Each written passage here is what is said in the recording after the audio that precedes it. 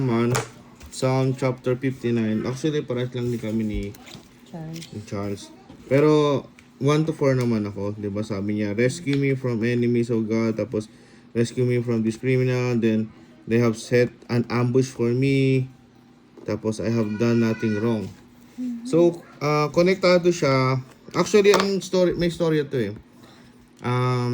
Bago siya i-ambush, may tumulong sa kanya. Ito yung anak pa ni ano mismo ni Saul. Si Jonathan. Si Jonathan saka si Mika. So ipapasok natin siya sa 1 Samuel chapter 19 verse 11. Mika saved David's life, 'di ba? 'Di ba sa ano dito, nag-send daw ng troops. So sa chapter 11, then Saul sent troops and watch David house, tapos yun nga ilang beses siyang pinapatay. So ano ba to? So yung 1 to 4 na to, ito yung verse na to na sinasabi dito na yun nga, ilang beses siyang pinapatay ni David and he escaped many times. So, si Mika, God will use other people to protect you. Yun lang inaano ko. So, ginamit niya na anak pa mismo ng gustong pumatay kay, di ba, David. Anak ni Saul. Si Mika. So, yun. Tinulungan ni Mika si David para yun maprotektahan. So yun nga, God will use people to protect you. Mika became part of God's how David became safe. So yeah, yun lang. Amen.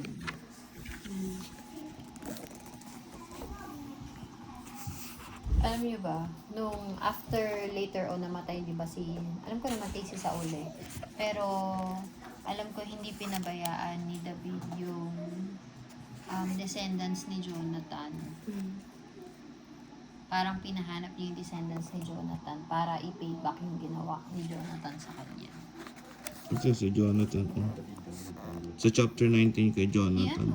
He always ask his father na wag anuhin si David, at saka he protected David in many ways. Yeah, they were still friends. Yeah, they are friends. Pero hindi masyadong hin-highlight si Mika, no? Hindi ko nga masyadong Mika saves David's life. Siya ang pinaka, talaga, kesa kay Jonathan. Pero, magkapatid sila. Madami rin ginawa si Jonathan. Hindi mo lang siguro na siya. Yeah. So, ayun. So, ako naman ang lesson ko. Ang nag-strike kasi sa akin dito, they come out at night, sabi. And then, sa verse 6, they come out at night. Sa verse 7 naman, listen to the filth that comes from their mouth. Their words cut like swords. Yan, sabi dito. So ako, ang devotion ko ay ang nakuha ko dito. Hindi kayo.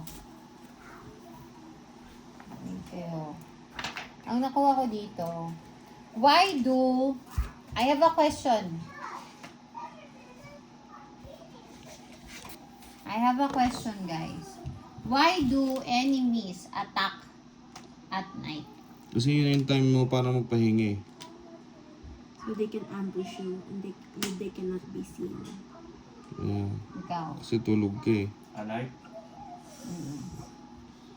According to my calculations, it's dark. And then, if it's dark, You can't see anything. You can't see them. You're blinded. okay. You're blinded from the darkness. Yes. So, tama yung mga sinabi nyo. Enemies come and attack at night because they don't want you to see them coming. Okay? So, ganun din siguro ginawa ng mga enemies, no, ni David. They come at night. Para Para ma-corner nila si David at talagang mapatay na nila. Diba? They don't want us to be prepared.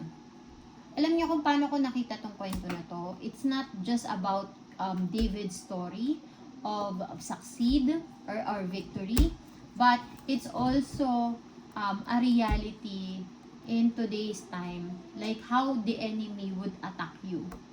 The enemy would attack you at night. Not like night na madilim, but the enemy will attack you in times when you are so down, in times when you don't you don't even believe in yourself. Why?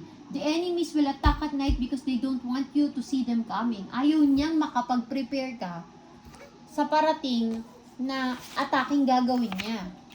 Diba? So kung nakita mo, kunwari, medyo maliwanag at tapos nakita mo parating na sila, diba? Syempre, gagawa ka na ng paraan. Maka-counter mo yung attack nila. But the enemy usually would come at night. Sabi dyan, because ayaw niyang nakakapag-prepare tayo. Ang si They David. like darkness. Sabi nga ni Charles, because they are, they like darkness because we are blinded. Diba? I dare you guys, close your eyes right now. Close your eyes. Close your eyes. Put your hands like this. Cover nyo. Yeah, okay? Put your hands. Is it dark? Cover it kasi properly. Cover it. Cover it. See? You guys cannot di ba? You don't even know where would your attack go, di ba? Diba? Hindi mo makikita kung saan ka ia-atake. Ganun yung ginagawa ng kaaway. Because we are blinded if we are in darkness. Diba? If we are in darkness, we are blinded. Hindi natin makita kasi walang liwanag. Diba? Walang liwanag. And if we are blinded, guys, we are not guided. Kunwari, pupunta ka sa CR, madilim, walang liwanag, di ba gaganon-ganon pa tayo para ma-make sure natin na hindi tayo tatama saan? Sa wall. Di ba? So, darkness, enemy loves it because we are not guided, because we are blinded. Because there's And no if light. we are, and if we are not guided, we are easily Attack. lured. Mabilis tayong Kasukan. Mabilis tayong Charles, anong Tagalog ng lured? Mabilis kang maliligaw. Mabilis ka niyang ililigaw kasi dark and you are not guided. Now, he can lure you with his words. Anong pwede niya sabihin sa'yo? Sabi dito, listen to the filth that comes from their mouth. Their words cut like swords. Sabi dito, their words cut like swords. Ano ba usually ang sinasabi sa'yo ng enemy? You're not worthy. Yes, you're not worthy. And since you are guided, you are not guided, you will believe it. The enemy will tell you, you are not loved. Huwag mo na silang huwag mo silang isipin mo lang yung sarili mo kung saan ka masaya. Di ka naman nila na-appreciate Diba? Gawin mo lang kung ano yung masaya para sa'yo. Masaya naman sila kahit wala ka. You are a loser. Wala ka nang igagaling dyan, huwag ka nang mag-review. Lagi ka namang bagsak. Diba?